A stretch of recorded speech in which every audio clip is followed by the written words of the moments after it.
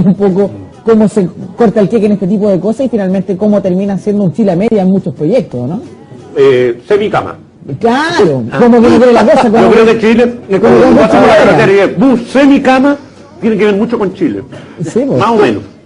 No. Juré el tipo Salmón con la winchiladora y el alambrito, todo. Pese que no es mi candidata, yo rescato unas palabras de Roxana que dijo en un programa de televisión que no voy a nombrar. Estuvo con nosotros. Cuando hablaba de la clase media, cuando se catalogaba ciertas clases, a cierto grupo de clase media, a mí me pareció genial cuando dijo a media. Claro, a medias para comer, a medias para vivir, a medias la salud. Así la clase media en Chile y la clase, digamos, más desposeída, peor aún. Hay que recordar que Chile es top 10 en la desigualdad. Comparte hasta hace poco entre los países más desiguales como Lesoto, como Namibia. Es verdad, y totalmente cierto, pero particularmente en tu distrito pasa una bipolaridad que pasa en la mayoría de los comunas, porque muchos distritos albergan muchas comunas y también están ahí involucradas comunas que están incluso en la extrema pobreza, algunas viviendo, y otras que son más de clase media. Por ejemplo, esta bipolaridad que hay en las comunas en las cuales tú vas a representar... Peñalolén, por ejemplo, en la Florida. Claro. No, Peñalolén, claro. Está, por ejemplo, hay casas muy pudientes de gente emergente. Pero al otro lado... Está la comunidad del Red Set, ¿no sé? La comunidad ecológica. Claro, la comunidad ecológica. La pregunta que te quiero hacer, haciendo relación con eso, ya llega a ser majadera, pero es bueno saberla. ¿Qué es cierto de que la clase media alimenta a la clase baja? ¿La alimenta en qué sentido? Porque muchos dicen que la clase media, puestos para finalmente financiar... Programas sociales. Eso es lo que te quiero preguntar. Escapa del tema de los cores. Y la gente pobre paga más impuestos por el mercado y vamos a ver a cierto grupo de gente comprando las cosas para la casa en la caja que está para las facturas.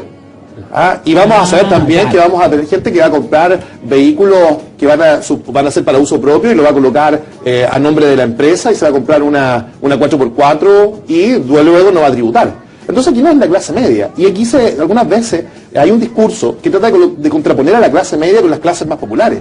Por el contrario, aquí lo que debería haber un acuerdo entre la clase media y las clases populares para que la clase más pudiente, incluso ni siquiera el 10%, el 2% más rico de la población, que es quien concentra la riqueza, se lleve una carga tributaria importante que permita financiar también a la clase media.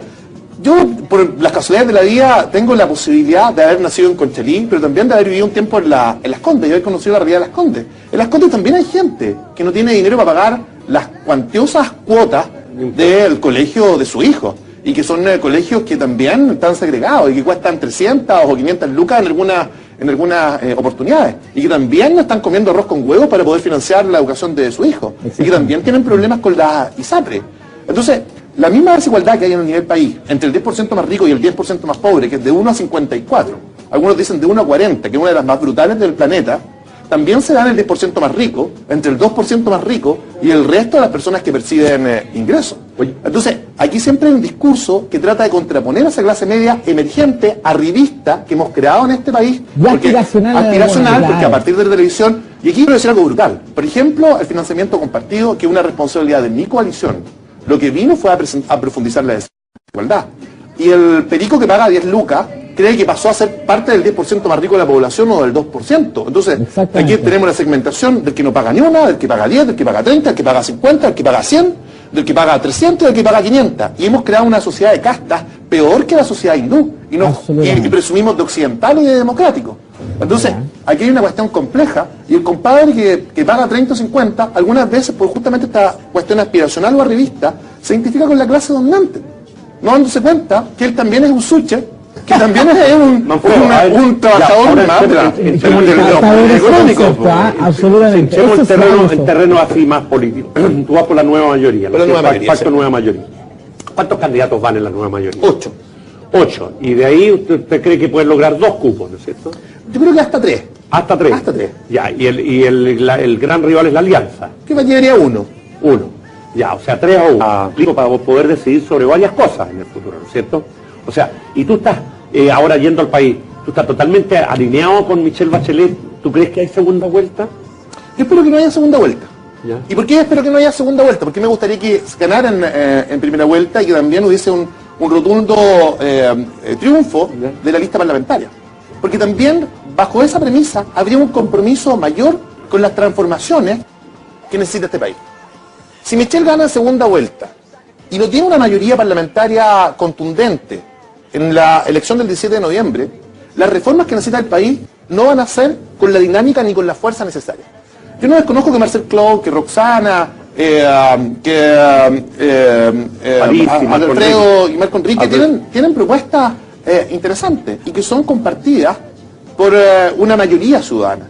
Pero yo creo que la única persona que la puede ejecutar y llevar a cabo ese avance progresivo, no algunas veces con la fuerza que uno quisiera, es la presidenta Michelle Bachelet. Pregunta a ti, ¿qué opina de Franco Parisi, que dice que es un fenómeno de encuesta? Bueno, Franco Parisi representa quizás justamente este tema aspiracional y arribista de la sociedad chilena, de indefiniciones políticas, de una sociedad que fue perdiendo una perspectiva de país un poco sin ideología detrás, y donde la cultura del retail, la cultura del mall, la cultura del crédito de consumo, la cultura de ver cómo fluctúan los mercados, es lo que fue de alguna manera imprimiéndose en el etos cultural nuestro.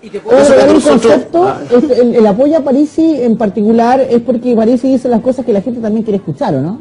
Sí, claro. Que todos podamos viajar a Miami, aunque sea en clase de turista, que todos, digamos, tengan su autito chico y que todos tengan su casita y su apartamento en la playa, pero aquí no hay un trasfondo cultural, no hay un trasfondo social. No es que las personas tengan una situación más crítica y que puedan entender cultura, no solamente eso el tema material, sino que hay algo mayor. Mira, y eso me hace preguntarte a ti, ¿con qué se resuelven los problemas? Porque por lo que hemos visto, Parisi lo resuelve, según él, estos problemas se resolverían con gestión solamente. Pero hay algo más allá. Yo creo que aquí hay una transformación cultural. Cuando uno mira la pobreza, por ejemplo, uno puede mirar hoy día que los lugares que son pobres tienen casas sólidas. Tienen acceso muchas veces a internet hoy día. Tienen plasmas como de ese tamaño en sus casas. No, que nosotros somos aspiracionales, teníamos una tele en tablero. Somos marginales. La televisión no existió en LCD. Entonces, pero ¿qué es lo que falta? Falta contribuir en sociedad. Falta la solidaridad. Ese cuento que existía, digamos, en las poblaciones o en las tomas, donde la gente hacía un área común, donde entre todos construían la calle, que colocaban un pequeño jardín infantil.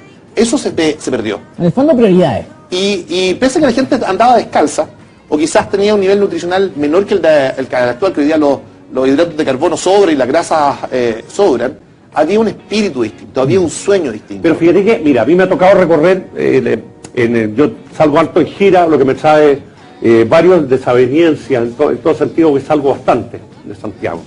Y me ha tocado, y converso mucho con la gente, me encanta conversar con la gente.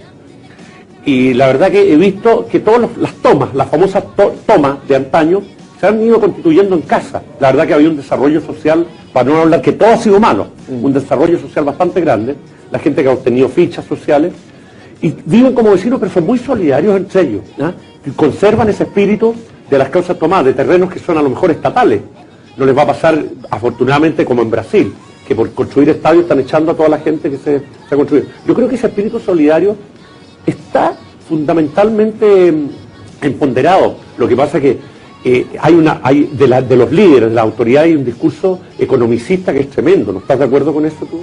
Sí, yo estoy de acuerdo con eso. Yo creo que nosotros tenemos un potencial tremendo y ese potencial, ese raigambre social que persiste. Cuando uno mira a la población, a los adultos mayores, y uno los ve, por ejemplo, en todos estos actos cívicos de las votaciones, uno los ve muy comprometidos. Hay un compromiso distinto. Yo creo que la salvaguarda o de alguna manera el espíritu cívico subsiste en aquellos colonos de las tomas de los campamentos, pero que se ha ido deteriorando con el tiempo, y eso tenemos que rescatarlo. A mí me llama mucho la atención cuando van personas que se engalanan para ir a votar. A propósito, yo creo que mi papá hoy día cumplió 86 años, el 8 de octubre de 1927. Entonces cuando se engalanan para ir a votar, es una fiesta. Sí. Hay que recordar que en Chile hasta 1925 no votaban las personas que no tenían bienes raíces. Solamente era una democracia, porque nosotros presumimos de una democracia, pero una democracia castellana y ramplona. Oye, entonces, pregunta, ¿qué pasa con la tercera edad? La tercera edad es un tremendo tema, es como una cosa de la desigualdad, raíz de una profunda desigualdad. La esperanza de vida se está alargando. La gente ya vive tener 70, ya no hasta 80, la gente está totalmente activa. funcionan, digamos, eso es parte, mira, eso es parte de la marginalidad. De repente, a lo mejor alguien se nos está colgando en la señal por ese ruido, ¿me entiendes? Mira, o nos puede estar atacando en este momento o desalojando. Todo es parte de la marginalidad. Exactamente. Pero dime, ¿qué pasa con esa cosa que está todavía? No, es que bueno, es viejo, ese concepto, digamos, de que yo creo que cada vez se respeta menos a la gente mayor, a la gente adulta, una falta tremenda de respeto por la sabiduría, es de la modernidad, es solo parte de Chile. ¿Qué es lo que